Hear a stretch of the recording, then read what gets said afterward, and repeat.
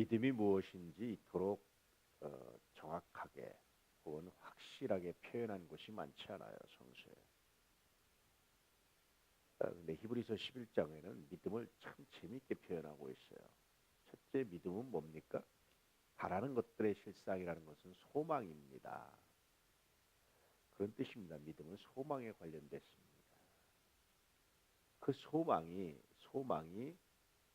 망상으로 끝나지 않고 실체가 됩니다. 또 다른 말로 하면 우리가 이 세상의 실체의 본질, 세상의 본질은 실체는 믿음의 실체는 본질은 같이 관련됐거든요. 그것은 소망입니다.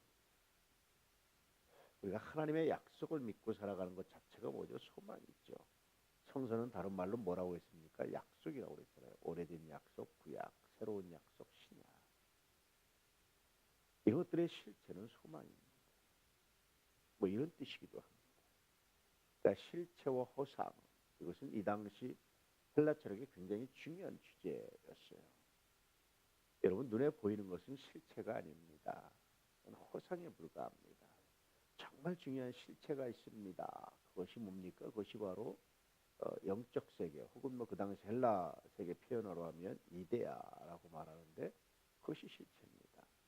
눈에 보이는 이런 것들은 다 허상입니다. 지나가는 겁니다. 없어지는 것들입니다. 이런 뜻이었거든요. 히브리서 기자가 그 당시 헬라인들이 사용하던 철학적 개념을 사용해서 믿음을 설명하는 거예요. 믿음은 눈에 보이는 것들이 아닙니다. 눈에 보인다면 그것은 더 이상 올바른 진리, 참된 믿음이라고 말할 수 없습니다. 이것은 그 당시 헬라 철학자들이 사용하던 방식이었습니다.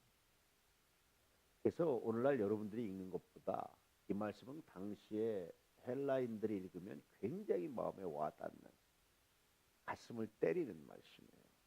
그래서 이 말씀을 이해하시려면 그 당시 사람들의 사고방식을 좀 이해하셔야 돼요.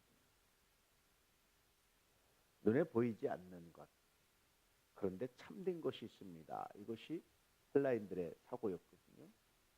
근데 거기서 끝났어요. 그들은 참된 것이 뭔지를 보여주지도 못했어요. 근데 성서는 믿음에 의해서 그것을 볼 수 있습니다. 그래서 바라는 것들의 실상이고 보이지 않는 것들의 증거입니다. 눈에 보이지 않는 참된 것들을 눈에 보이게 만드는 것, 보이게 하는 것, 이것이 바로 믿음입니다. 그 믿음의 특징입니다. 기독교 신앙이 말하는 믿음의 특징은 뭐냐?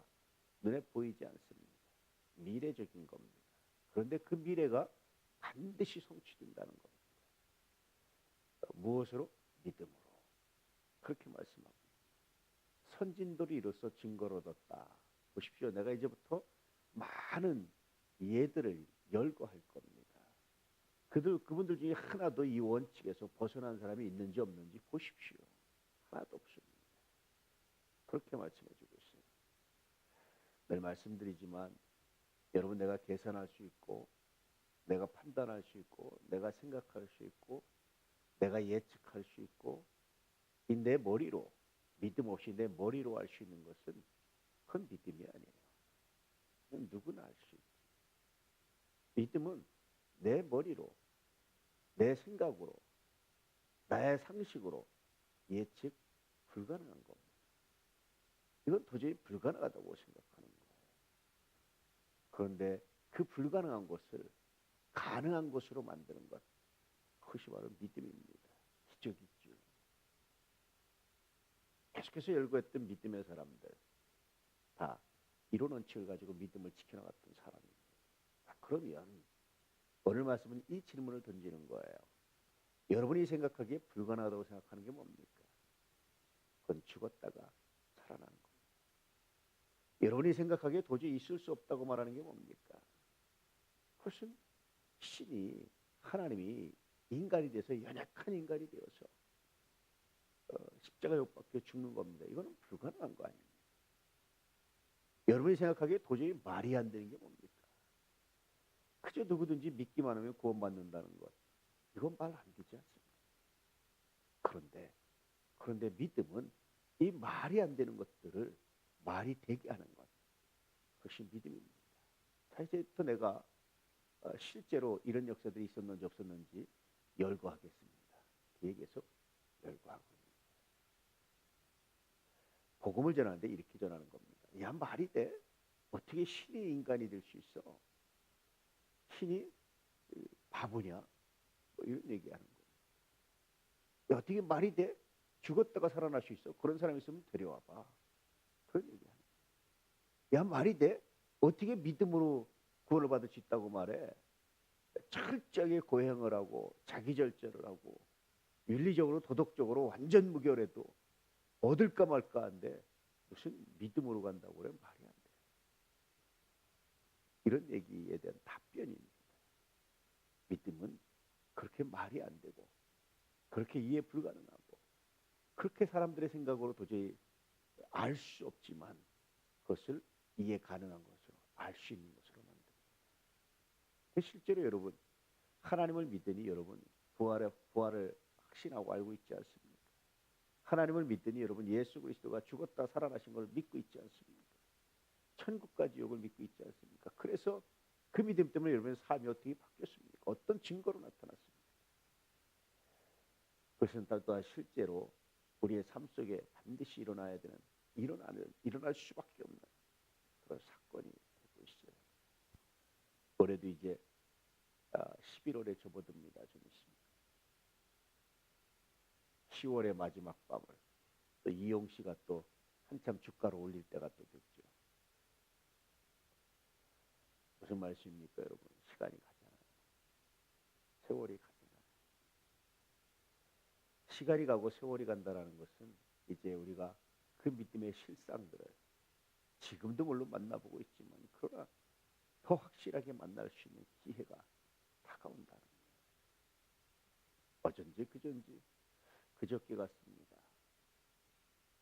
자려고 누웠는데 오늘 밤 내가 이 세상을 떠난다면 그런 생각이 들면서 야 정말 감동이겠다. 내가 그동안 평생 꿈꾸고 기다리고 기도했던 그런 구원의 확실한 순간을 물론 지금도 우리가 구원받았다라고 말하면서 여러 가지 경험을 하지만 그러나 그런 것들과 비교할 수 없는 그 영광을 그 은혜를 목도할 수 있다는 걸 야 정말 감동이겠다. 그런 생각이 들면서 하나님 오늘 밤도 내 영혼을 주님께 맡깁니다. 데려가셔도 감사하고 그런 고백을 가지고 잠이 들었어요. 오늘 여러분 다시금 예수가 그리스도이심을 할렐루야. 그리고 그것이 계산되지 않고 사람들 머리로 이해되지 않고 오늘날 현대과학으로 증명될 수 없지만 보이지 않지만 알 수 없지만 그러나 우리의 믿음이 반드시 알 수 있는 것으로 증명되는 것으로 나타날 것을 믿으시고 오늘도 믿음 안에 그 안에 거하시고 오늘도 믿음으로 살아가시고 믿음으로 감사하시고 믿음으로 순종하시고 믿음으로 우리 주를 기쁘게 하는 거룩한 삶 거룩한 은혜가 있기를 주의 이름으로 축복합니다. 할렐루야. 예수는 우리 왕이고 우리 구원자이십니다. 할렐루야.